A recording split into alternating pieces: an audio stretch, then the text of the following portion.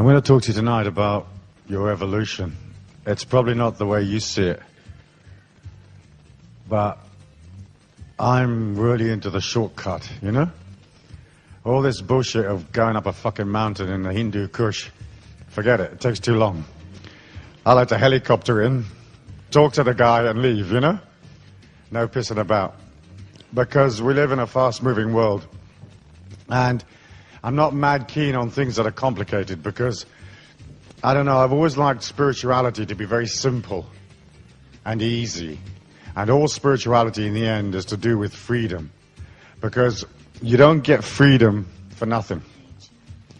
And you don't get meaning for nothing. Our societies are not designed to set you free. Boring, isn't it? And when you turn the television on, it's ridiculous. It's just basically a propaganda tool for TikTok, isn't it? You know? It tells you, conform. Buy these type of fish fingers and not those. Yeah. Buy this shit. And what do they have on television? They have whatever the government's telling you.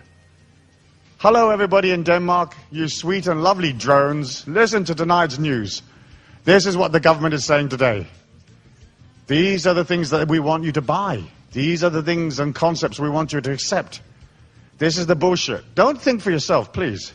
We don't want any of that original thinking crap going down here. You know? Just buy this bullshit. And you might think to yourself, wow, this is so sad. Well, what happened to the spirit of the Vikings, brothers? You know? What happened to this powerful nation, you know?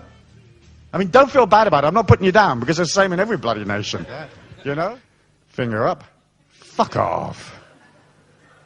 They said, are you telling me to fuck off? You say, I have, yes. Fuck off. I'm an infinite spirit inside a body. You can't be telling me this shit. Fuck off.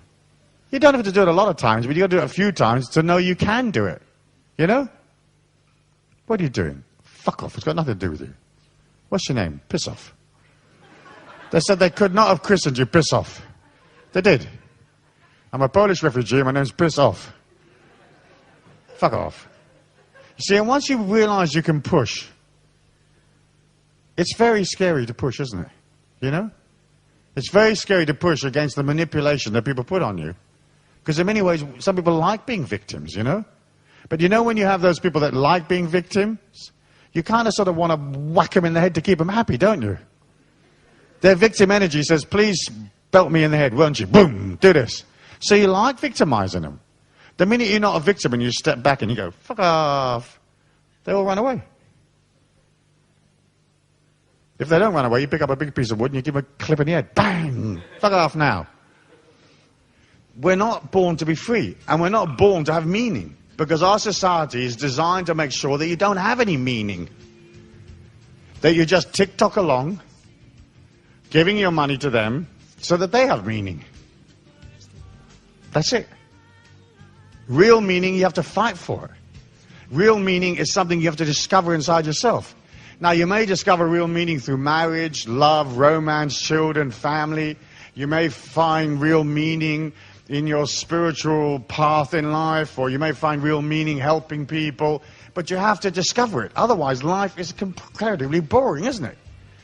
I did a corporate seminar once. You know, people always say to me, Stu, why don't you do corporate seminars and stuff like that, you know, teach corporations?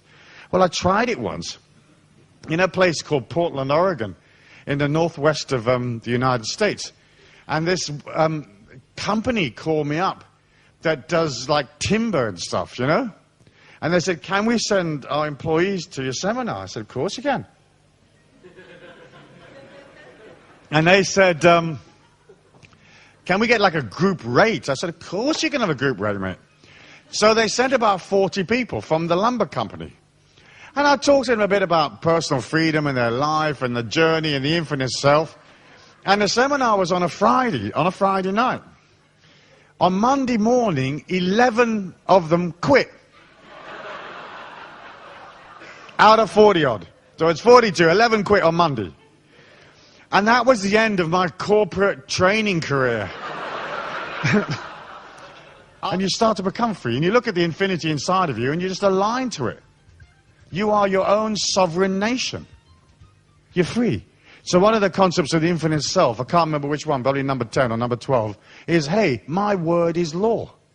That doesn't mean that you can confront the system, because they may tow you away. But whatever you say becomes true for you. So if you want to look your husband in the eye tonight and say goodbye, that's your law.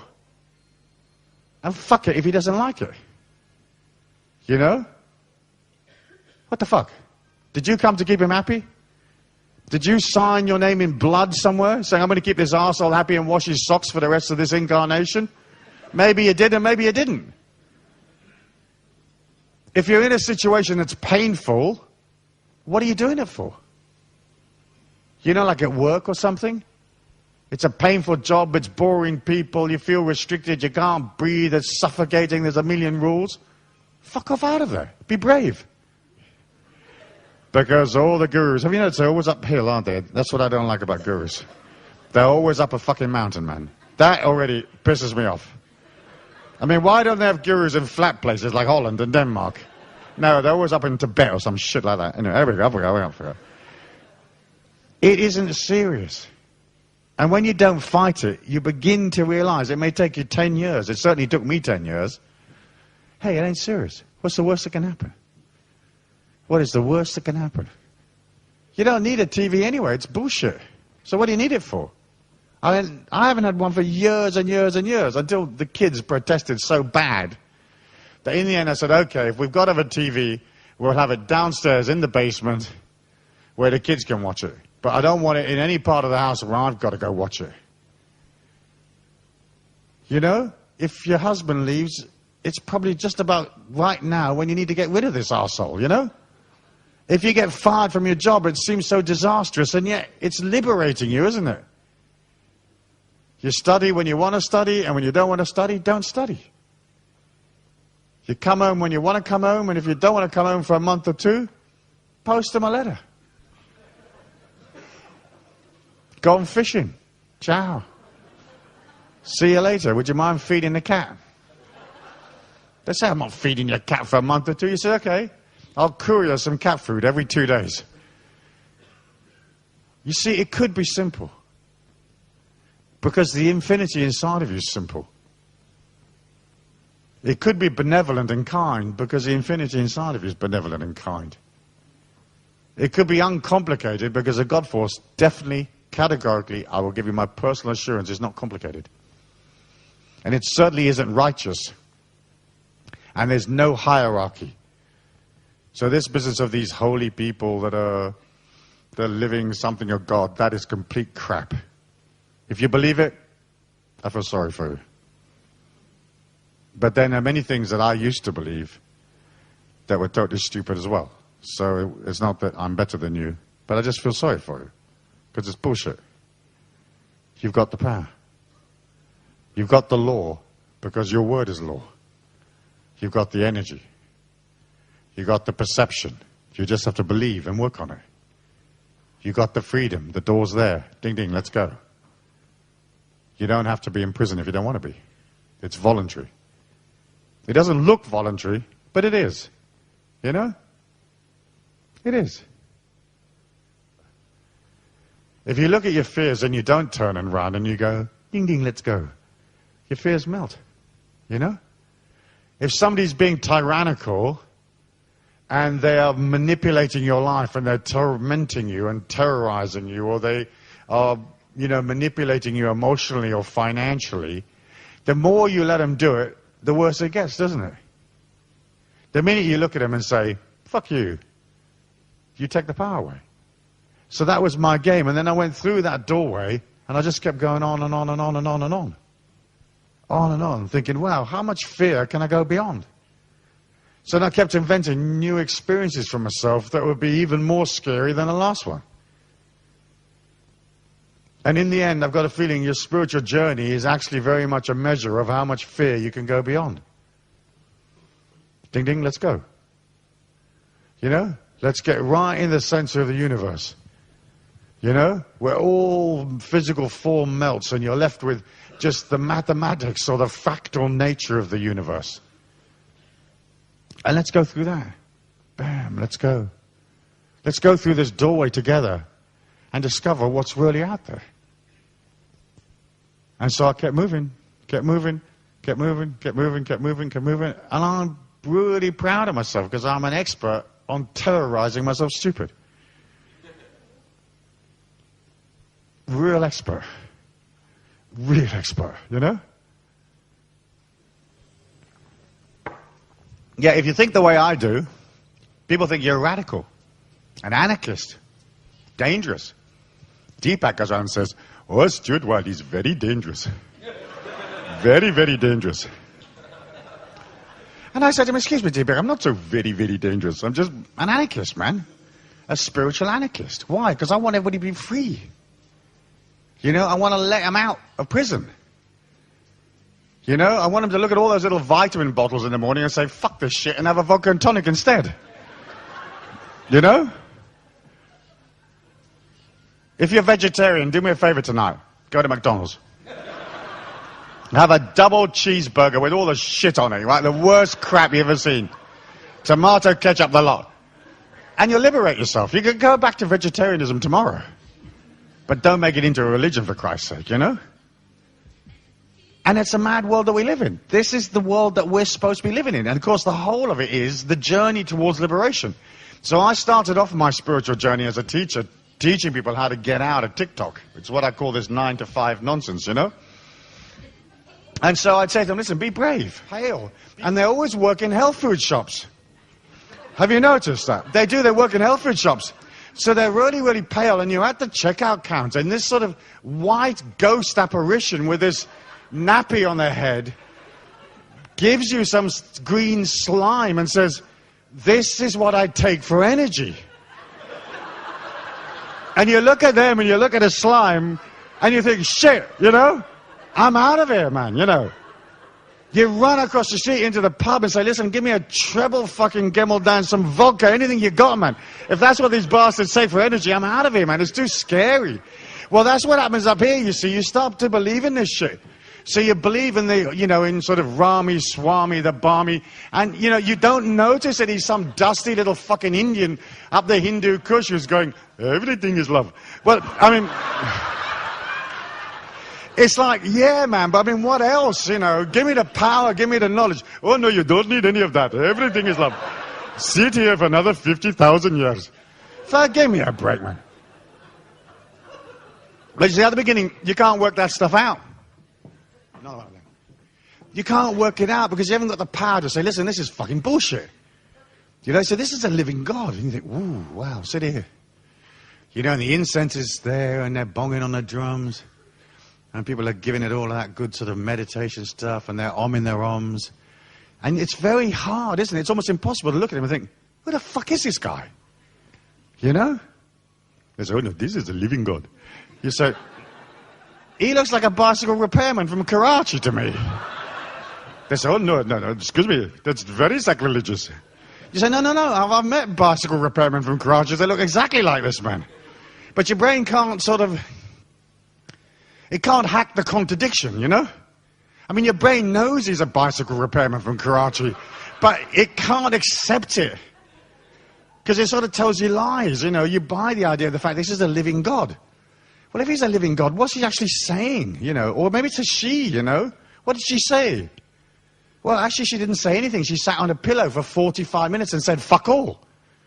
You think, fuck, man, I've got relatives like that. They come round and drink my booze and don't say anything. They're boring shitless, man. So at the beginning, you can't tell the difference. And that's at the end of the 1,000-day climb. So you're up there with Swami Rami. Who invented this stage? You've got to keep walking, man. You're up here with Swami Rami, and you genuinely believe that the green slime thing's going to work for you. And you're convinced that everybody on the whole planet should have it, right? But you haven't really reached the infinite self. You haven't really reached your power. You're still in this intellectual concept, you know? And have you noticed, like, all those books are very thick, aren't they? You know? There's secret teachings of Sri Bongo, Dongo, Longo, Spongo. And it's like 40, 100,000 pages long. And you think, what the fuck's this about? You know? Why is it taking so long? Because God, it's a short word, isn't it? It ought to be like maybe 1 or 2 pages long and a few little ideas with it. But here you buy the complication because you have to do a lot of thinking. And then you move along here, and there's a place here that I call the plain of desolation.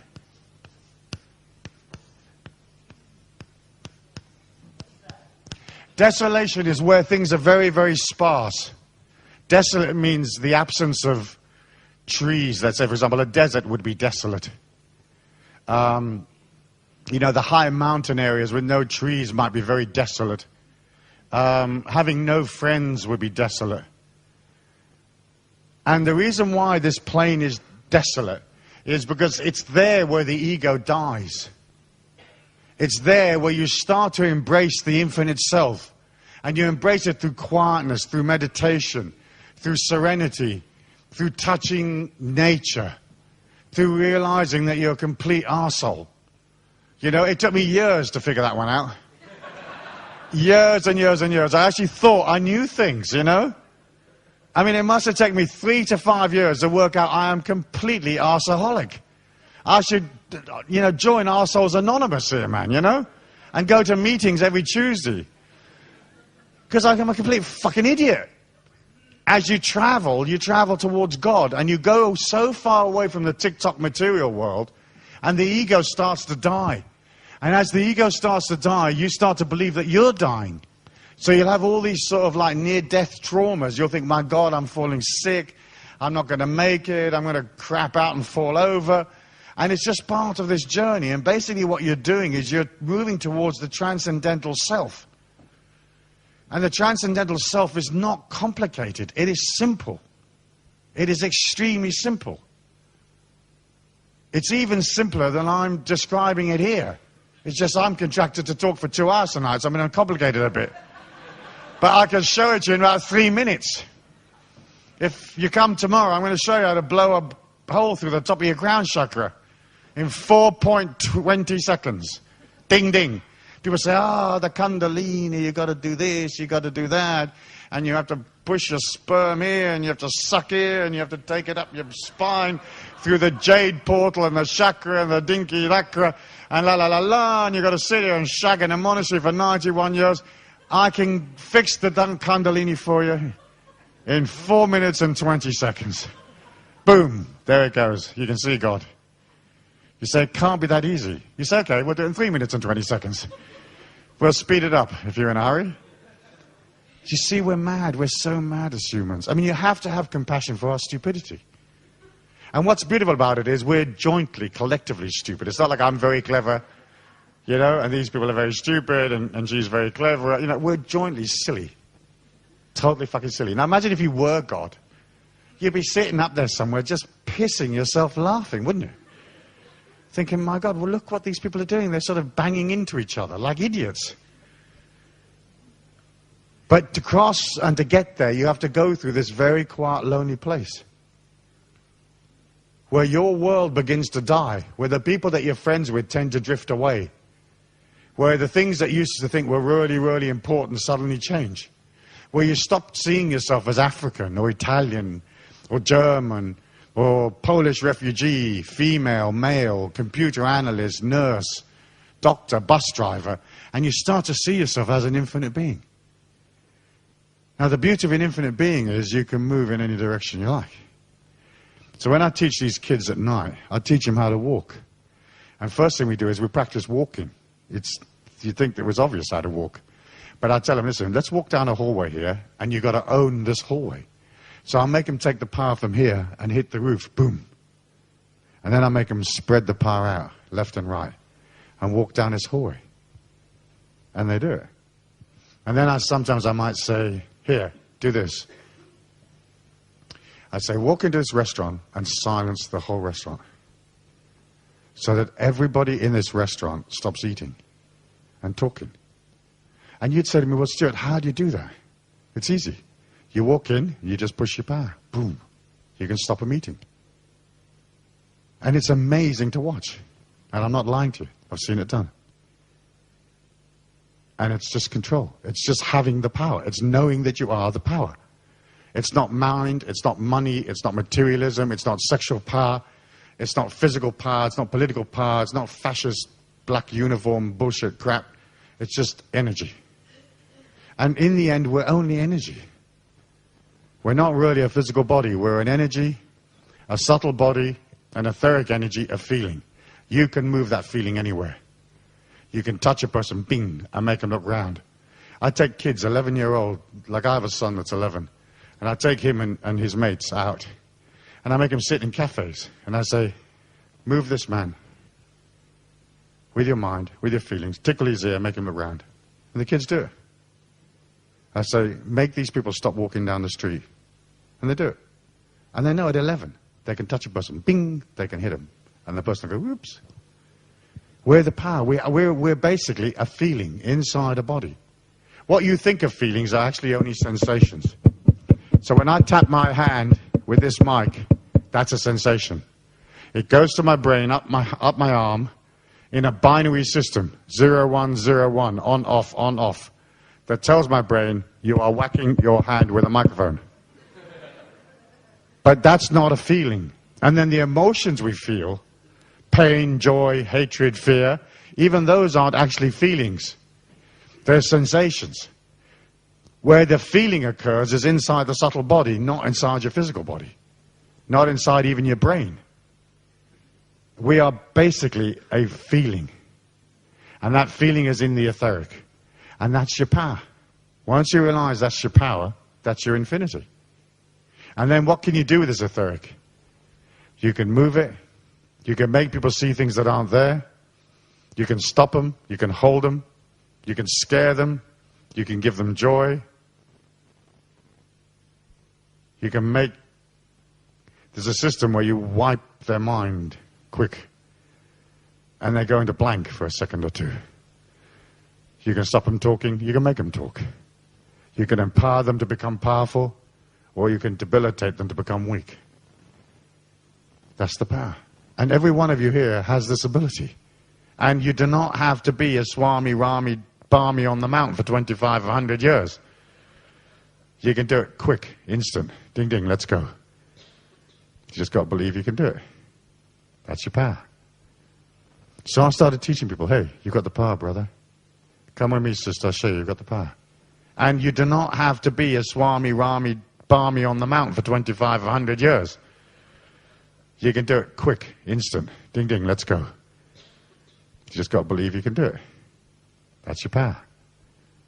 So I started teaching people, hey, you've got the power, brother. Come with me, sister, I'll show you, you've got the power. Be free. Be free. We don't need this shit. Be free. You've got the power, brother. Come with me, sister, I'll show you, you've got the power.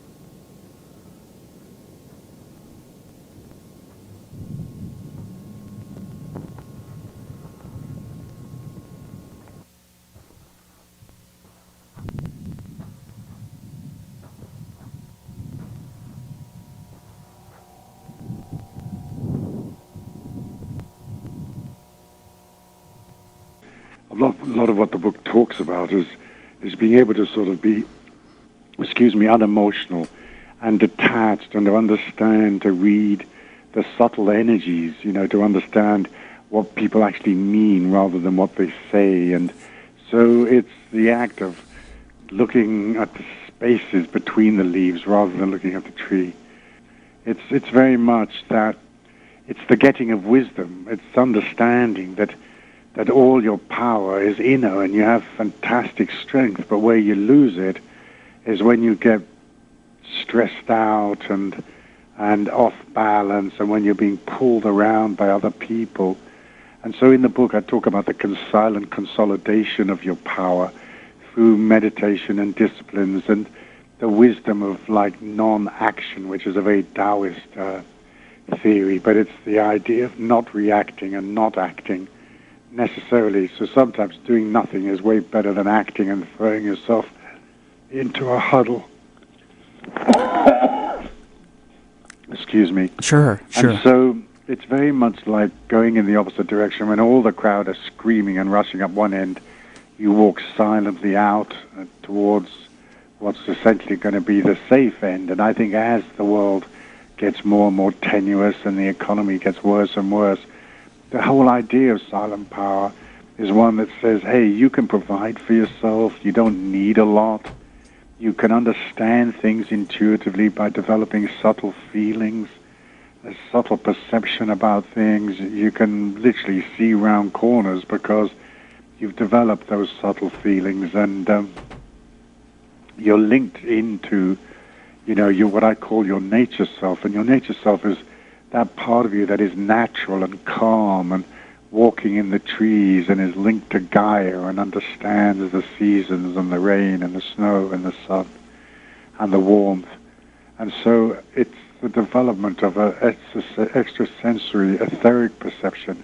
The etheric is the life field around us, and it isn't that hard to begin to understand it because you kind of know it when you look at it, but perhaps you haven't got the words to understand it, or nobody's actually laid it out for you, and that's part of the book, is developing a heightened sense of awareness.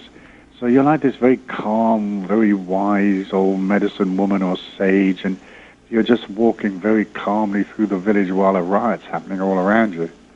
But you're like at one and at peace with nature and the eternal Tao, and you don't have a lot of needs, you don't have a lot of emotional stuff.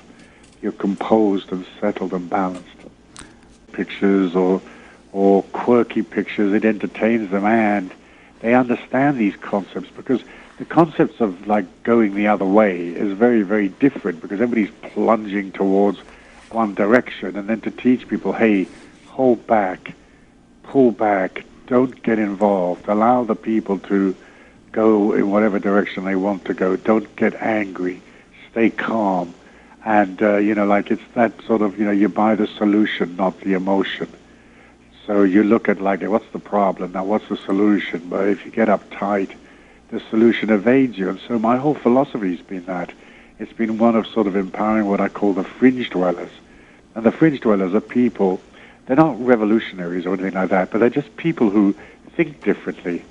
Let's say the people that would support your radio station, they think differently, and they have a different idea about life and the world. They have maybe a different relationship to God, maybe a more intimate relationship to God, because they can sense the beauty of the God force in nature through their meditations and through their silent and quiet time and so on. And so they're less sort of like, ritualistic, less dogmatic and so on. So the fringe dwellers are sort of people who know they don't fit, but they still might be working at the on the railways or something. They may have a regular sort of what I call a TikTok job, but deep in their soul they know they're part of a higher evolution. And so silent power is very much for those people, and they're not one or two weirdos. There's like tens of hundreds of millions of them. That they may even be part of a religion, but part of them knows that they don't really belong to that religion. They just go through the motions, attending on their holy days. And so I wrote it for them so that they would have this extra boost, and so that they would understand themselves in the context of another evolution. And that's, like, for example, in the book I talk about silent talking, and this is the ability to communicate with other people without using your voice, but just your thoughts, and to pick up on what they're thinking and their feelings, and to sort of be more intimately connected to your children and your loved ones and your family and so on. So it's really the sort of the path of the warrior sage, this person that isn't normal because they've questioned TikTok, they've questioned dogma, they've gone to another place in their mind. And there are millions of people out there, and it's somewhat lonely for them because often there's nothing for them to link into or to read or to be a part of, because all that's really offered in the mainstream is a sort of like day-to-day sort of bland, propaganda, and it's all rubbish, really. I mean, for example, I tell people, listen, when you're out in the street, in the main street, and you're shopping and so forth, I tell them, listen, blow love into the hearts of people, even if they're absolutely ghastly and perhaps even scary looking, or they look demented, or they look sick. Blow love, blow kindness, blow tenderness towards people, and communicate with what is this essence, their higher self, not their lower self, their physical body, their ego. Just that divinity that's inside of them. And by linking into the divinity in nature, and linking into the divinity, the eternity within yourself, which comes through these moments of silence, and linking into the eternity of the people in the street, you arrive at a higher evolution, and they feel that warmth and the support that you're sending them. It's because, let's face it, most people have no love in their life. They're not loved by anybody, and they don't know how to love, and they're not loved in return. And so their life is sort of usually rather competitive and brutal and hard and difficult. And so silent power takes you to this other place. It's almost like entering into another dimension while you're still standing there. But you're in a zone, and the zone is the zone of the subtle feelings.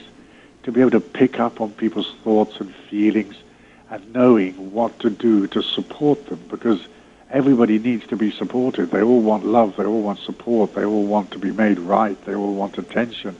And so offer it to them. It makes life simple. I've always prided myself in not using very many words. So some writers are very verbose and technical, and they kind of waffle on endlessly. And so I've always I've always written very sort of, not abruptly, but with very short sentences and very few use of words. And so by using simple words and not using many of them, I've tried to find a spiritual growth on the hurry up, really. You can read one of my books, on the train to work, and you can get a lot out of it because it doesn't waffle on. I get straight to the point. And also I try to put humor in all of my books because in the end, life through this earth plane, it's an immense experience. And I think if you want to keep, it light and breezy, you have to laugh at yourself and laugh at the world. Nothing. And then feel out where your strongest path lies. And that's really what it's all about. It's this idea of people exuding an effortless strength through their discipline, through their silent power. And in this way, you control the destructive side of the ego. You control that part of you that will have you tear around all over everywhere. And you get in touch with oh, wait a minute, and you intuitively know, wow, if I go over here, this is going to really work. And then you drive over there to a client you've never sold before, and they order 6 or whatever you got. So it's very much a matter of realizing that there's times for acting and there's times for sitting still, and as much can be achieved. I don't mean sitting still and eating, potato chips, French fries in front of the TV.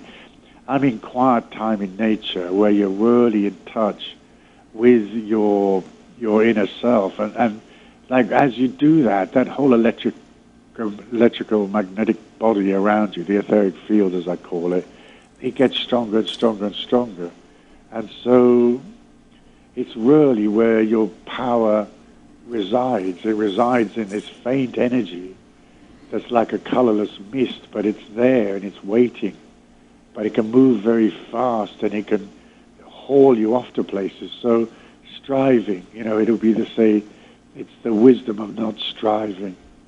It's the wisdom of not pushing. It's the wisdom of walking slow. It's the wisdom of being balanced and in discipline and at one and at peace with all things. And then it comes to you. Perhaps it turned out it came from a military laboratory. And so it was the government posting out the anthrax themselves in order to create a fright. So it is possible to manipulate the population with these fear tactics and so on. But again, inside that silent power, you've got to understand that you're going to be fine. But yeah, it's not good karma the way the government propagates these wars, and the idea of going overseas and bombing innocent villages at night and stuff like that and killing people. And it's terrible stuff, but as individuals, there's very little we can do about it. In fact, there's nothing we can do about it. Okay, we can stand outside the White House with a banner, but even that's going to be banned soon, the protests and so forth. Right. So you have to understand that, sadly, it's people's karma. And it's so vast, the whole question of karma, that we can't understand why people suffer the way they suffer. Well, your psychic protection breaks down through your own darkness. So the first sort of act of improving your protection is to process your own darkness. So you have to look at your spite and your disdain and your, well, these are all difficult things to talk about, but like, self-importance, dishonesty, the predatory instincts. Because, like, obviously, if a person is a predator, then they open themselves up to other predators. Because it's like an etheric food chain. So by working on your darkness, that is the greatest protection that you can create. And then you have to spend quiet time and breathe in the light and realize that this celestial power is with you. You've got the power.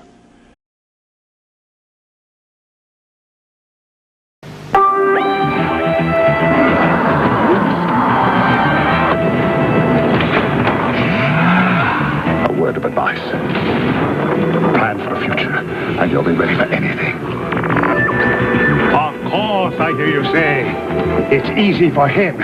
He's a Time Lord. He's been there often enough. But let me tell you something. You don't need a Gallifreyan time capsule or even a sonic screwdriver to shape the future. The answer the whole universe has been seeking for centuries is at the end of a telephone line. New Zealand Superannuation Services. Yes, I knew you'd be surprised. Oh, they're arriving.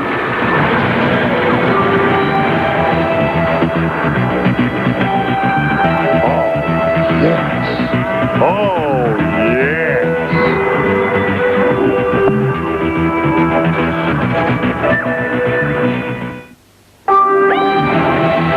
Oh, the life of a Time Lord.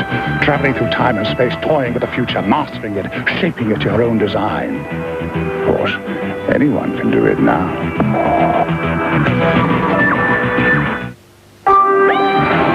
What does it take to shape the future? A beryllium time transformer? A sonic screwdriver? Or just the uncanny ability to remember a telephone number?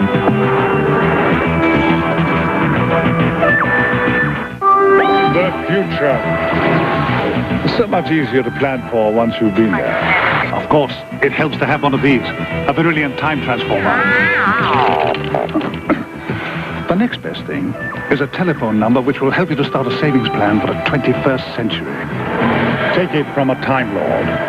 However you plan to spend your future, plan on having something to spend.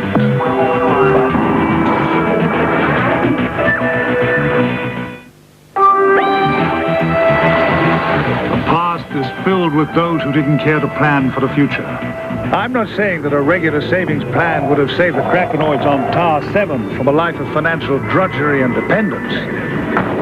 Then again, you never know. Remember, however you plan on spending the future, plan on having something to spend.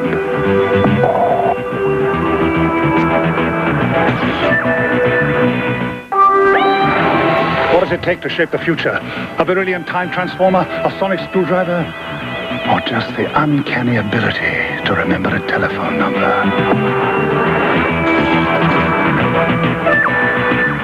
Yuba City, California, November 27, 1984. Call 800-843-5678. Missing Eugene Martin, now age 15. Last seen Des Moines, Iowa, August 12, 1984.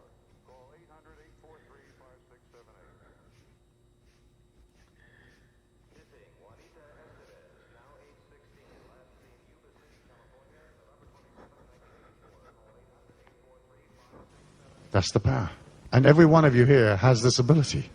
And you do not have to be a Swami Rami Barmy on the mountain for 2,500 years. You can do it quick, instant. Ding, ding, let's go. You just got to believe you can do it. That's your power. So I started teaching people, hey, you got the power, brother. Come with me, sister, I'll show you. You got the power. You got the power. Be free. Be free. We don't need this shit. Be free. Hey, you got the power, brother. Come with me, sister, I'll show you. You got the power.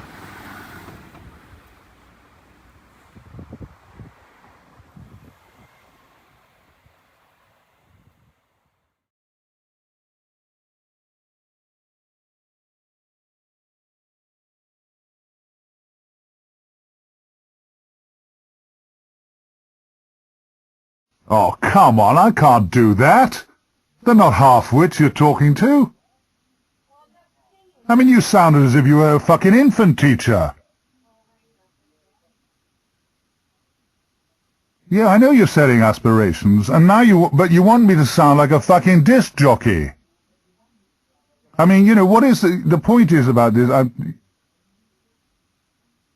You're sounding like this sounds like every other thing, the notes you're giving, that sounds like every other kind of shit, as opposed to magic and dreams.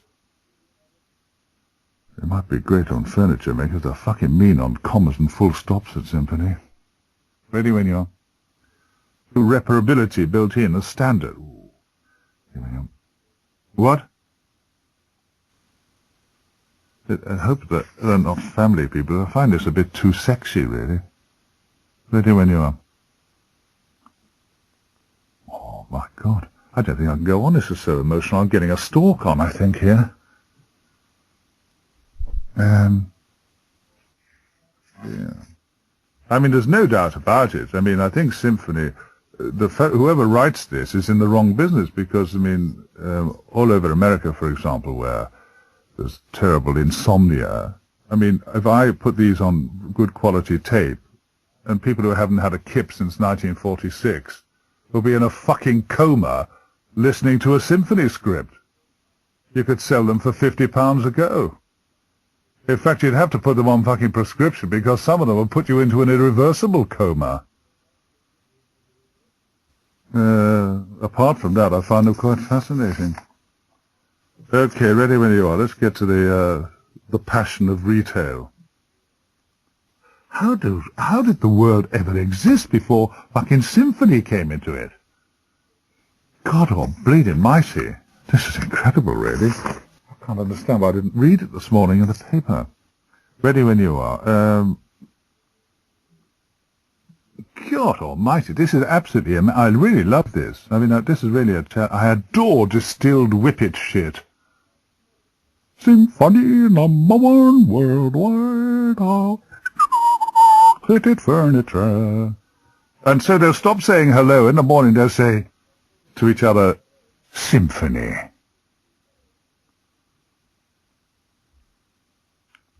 Children, the top name will be not James anymore. I want to call my son Symphony. Ready when you are. Symphony, #1 worldwide for... Ready when you are. This really is absolutely sublime. Running. Symphony is a company with a firm foundation. And if you don't believe that, you can fuck off and get your cards. Symphony. Well, it brings tears to my eyes just to say it. Symphony. Ready when you are. Welcome to the House of Symphony. Come in, dear. A can of soup. Now, are we going on to the railways? Be free. Be free. We don't need this shit. Be free. Hey, you got the power, brother. Come with me, sister. I'll show you. You got the power.